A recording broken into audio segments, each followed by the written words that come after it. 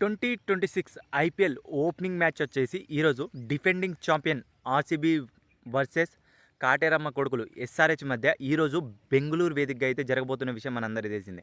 And రెండు టీముల మధ్య అయితే లోపాలు ఉన్నాయి బ్రో.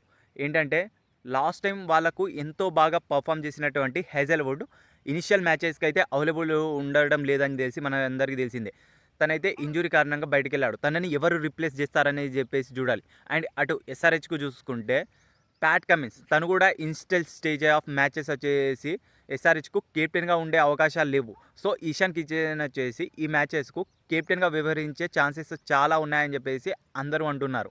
మరి ఎవరు బోని కొడతారు? ఈరోజు జరగబోయే మ్యాచ్ ఆర్సీబీ వర్సెస్ ఎస్ఆర్హెచ్ మధ్య చిన్నస్వామి స్టేడియంలో క్రౌడ్ ఎంతలా హోరెత్తిపోతుందో చూడాలంటే ఈరోజు సాయంత్రం వెయిట్ చేయాల్సిందే. మ్యాచ్ కన్ఫామ్గా చూడాల్సిందే. మరి ఈ రెండు టీంల మధ్య ఎవరు గెలుస్తారని మీరు అనుకుంటున్నారు? కింద కామెంట్లో చెప్పేయండి.